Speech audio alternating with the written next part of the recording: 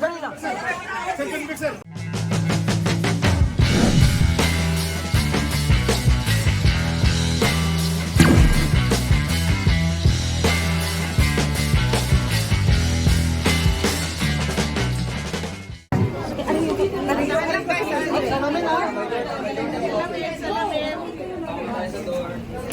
So, nandito rin si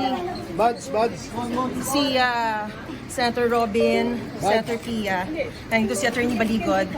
Attorney, ano po ang sinabi sa inyo kanina?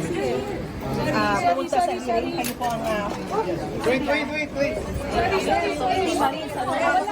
Guys, mama kayo sa amin. Guys, siya kaya tayo.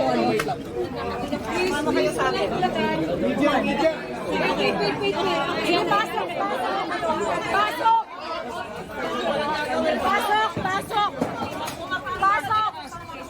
Pasok! Walang gagawin. Tama. Walang gagawin. Tinutulak din ako siya. Pasok. Okay. Yes, Miss.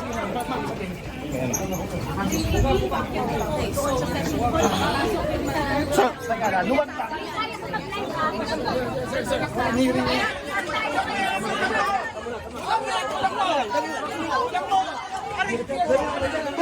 Dali lang. Sir. So, BMS namin lahat yan. If you approve that through your visitor manager, they can.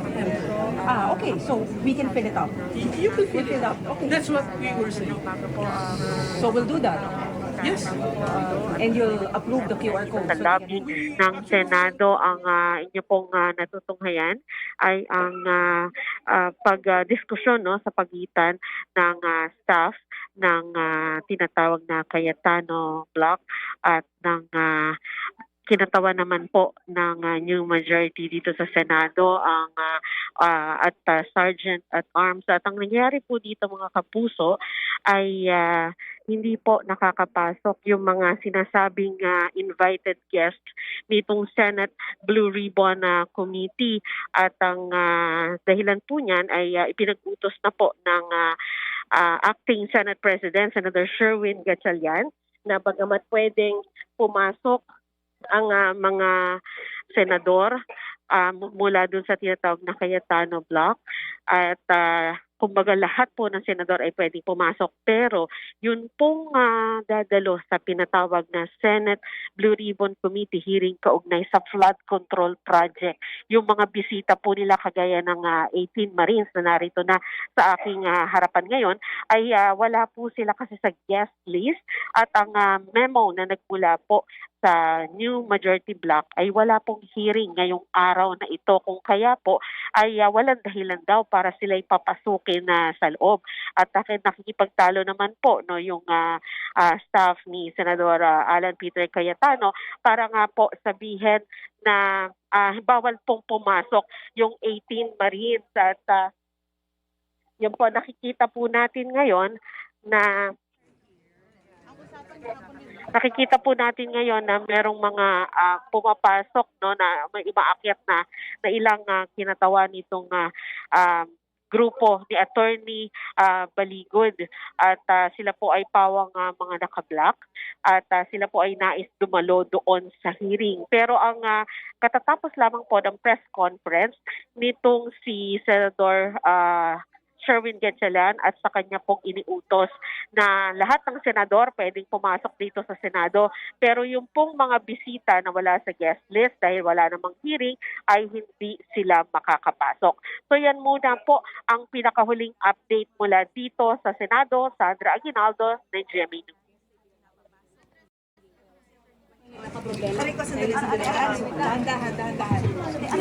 Dahan lang guys.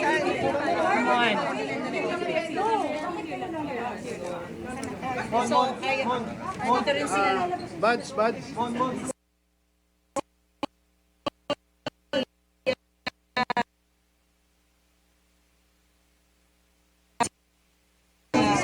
Sorry.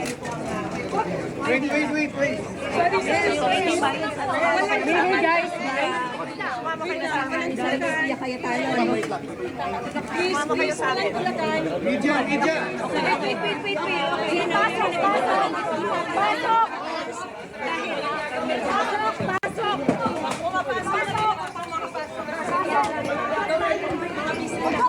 Para sa Blue Ribbon Committee sa Deres.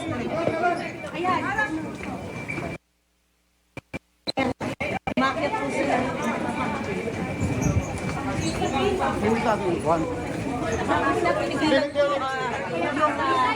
Yung mga bisita po, no? Para sa Ribbon Committee.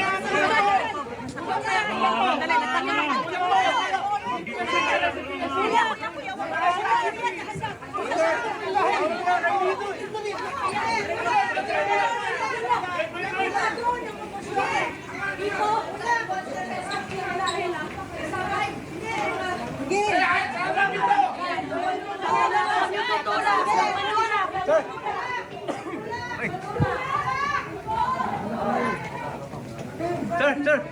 Paano po nagpupumilit yung ano ni Senator Pia? Anong gagawin natin?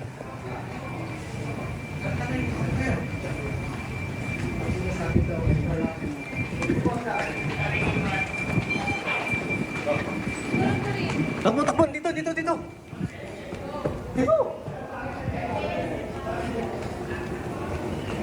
Daniel! Dito na sila! Pinapasok ni Senator Pia.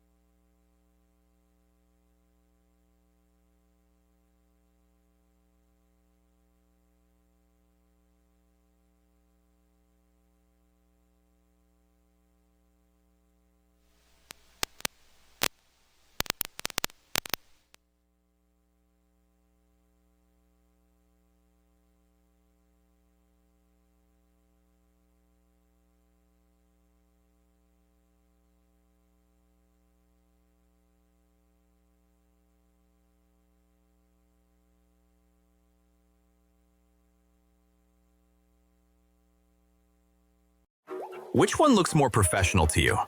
A branded email says a lot about your business. Boost your brand with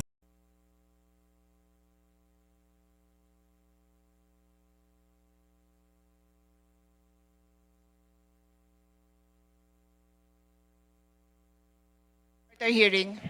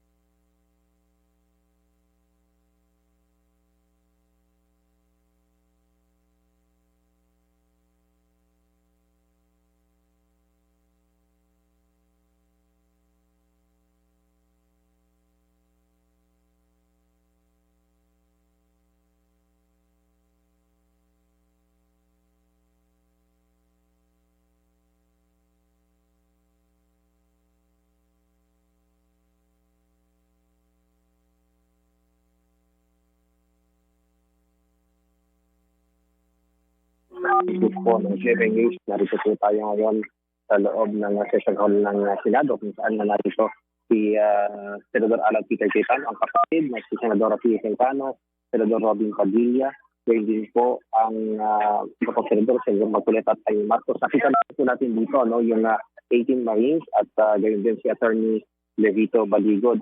Sinabi po, tinakda po ng grupo nila Senador Cayetano itong Blue Ribbon na hearing kaugnay na po sa flood control project.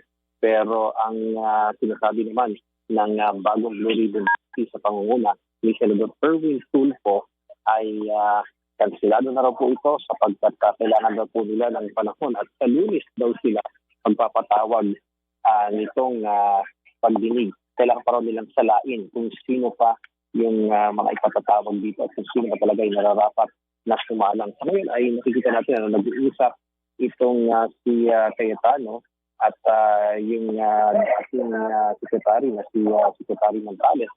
At sa ngayon ay nagpakuha din ng gavel para nga makapagsimula na itong pagdinig dahil kanina ay nakapagsalita na rin sa mikropono si Senadora Pia Cayetano na talagang sisimulan nila itong pagdinig dito. At sa ngayon itong mga sundalo, yung mga sinasakit Marines na narito, karamihan sa kanila ay nasuot ng itim na damit. So ito na po at pakinggan na natin ang plenaryo. Narito na po si Senadora Pia Cayetano na sinisimulan po ang hearing ng Blue You can take the chairs over there, over here. Okay.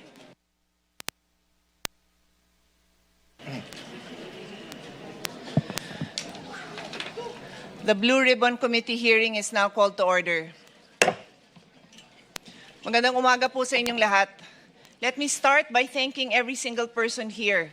I'd like to thank the staff and our media friends for allowing this event to take place. The reason why I have to thank all of you is because dun sa first floor, may mga nagsasabing hindi papapasukin ng resource persons natin. So kailangan ko po silang sunduin. Nung sinundo ko naman, ang ating staff doon, napakaayos naman, humihingi naman ng mga pangalan, mag-register daw sila as guests. Sabi ko, there are guests. So walang problema, pinapasok po sila. Maraming salamat sa inyo. Our media friends, you're always welcome to cover. Pasensya na parang nagkaroon ng konting gulo, but definitely we do not in any way intend for any of you not to be able to cover our events here in the Senate anytime. On that note, nagulat lang ako kasi maayos naman. Sabi ko dun sa ating resource person, halika na, sinusundo ko kayo, let's go in. Nagulat na lang ako na nakita ko dun si Secretary John Vic Remulla, tinaharang ako. I never thought the day would come that somebody would prevent me from entering the Senate. This is my office. Again, thank you. Di ko rin nakalain na yung Senate staff, yung media, dahil nasama na kayo doon, kayo pang nakatulong na makarating ako dito sa hearing na to. This is the Senate. This is the halls of democracy. We will hold our hearing and we will continue.